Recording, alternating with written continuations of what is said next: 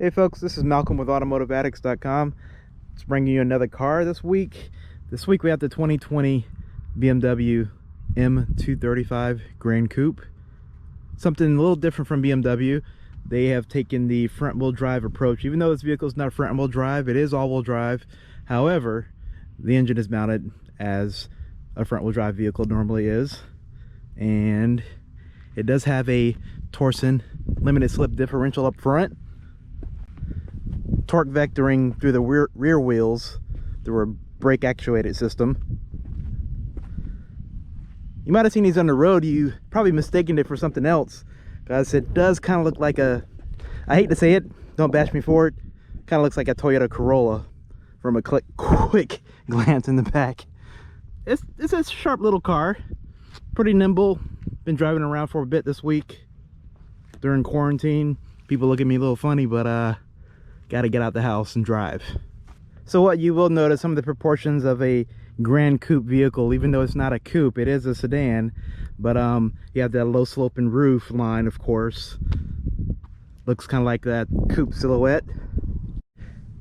The wheels are 19-inch wrapped in Bridgestone Potenza rubber 235/35 19s.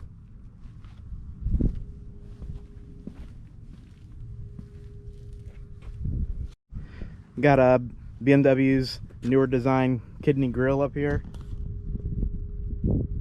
LED headlights.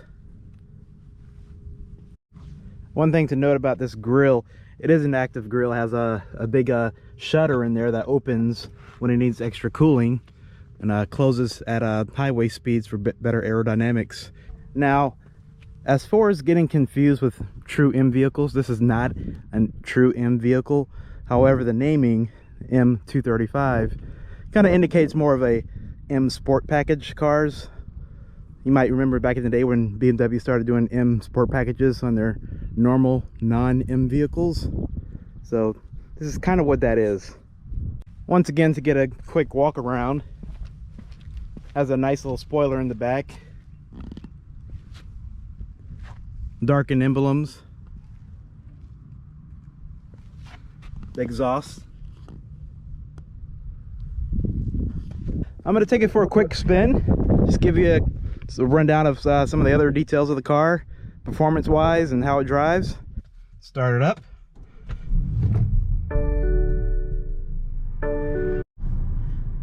So inside the BMW M235 Gran Coupe, it's a pretty familiar cabin, only miniaturized, I would say, in a way.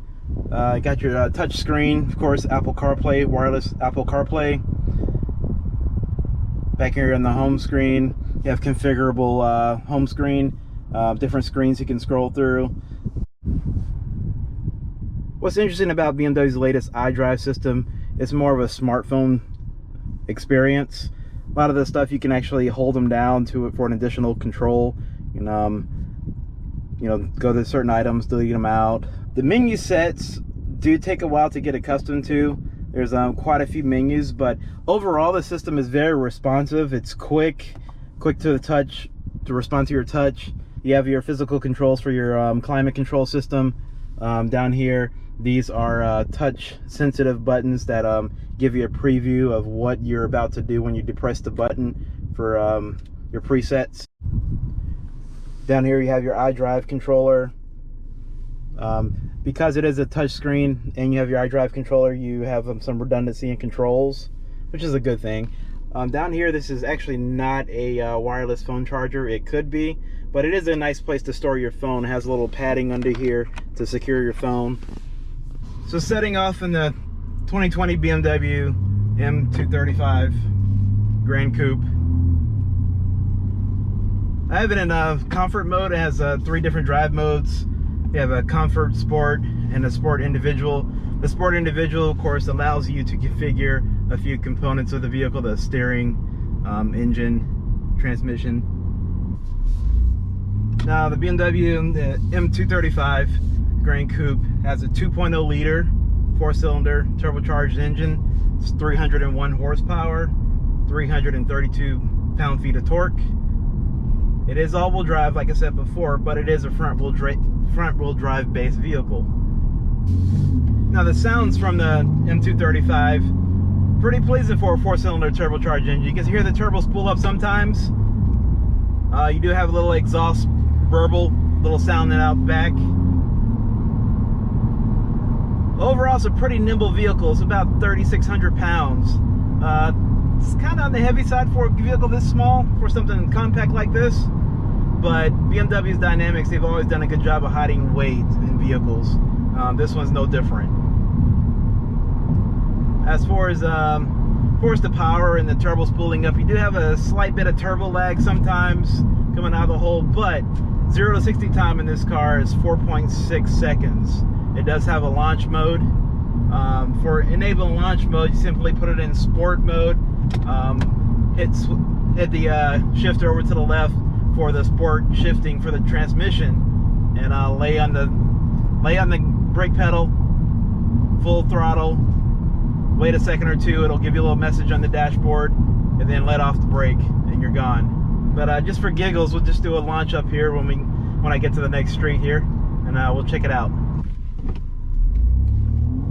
So here's about half throttle. I don't know if you can hear the engine and the transmissions. Transmission's pretty sharp as far as shifting.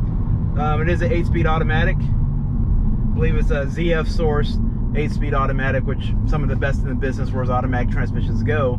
It doesn't use the torque converter that much as far as slipping the torque converter upon shifts. It's very direct. You got a very direct feeling in a lot of the shifts.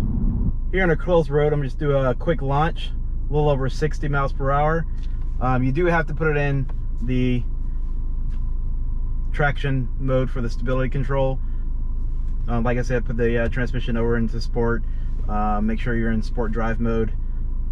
Foot on the brake, gas, launch control active, and we're off. There you go. Not bad. Not using launch control, I've noticed there is some turbo lag, like I said before. I'm just gonna hit the gas and go, and you just judge for yourself. So yeah, there is a little bit of turbo lag there. Of course, that's why you have the launch mode, so you can get the engine going and spool up the turbo. So what do you get in a new M235 Gran Coupe? So the price of admission is $51,000 for this vehicle. That is a little steep for entry-level luxury performance sedan. There's quite a few other options out there you can choose from, but as far as going the BMW route, this is somewhat of a unique vehicle in its styling, performance-wise. It is BMW's most powerful 4-cylinder engine, if that means anything to you. But I enjoy it. It's, like I said, it feels nimble for what it is, for being 3,600 pounds. BMW does well for hiding that weight. It's an enjoyable little vehicle, something different, something fresh out there.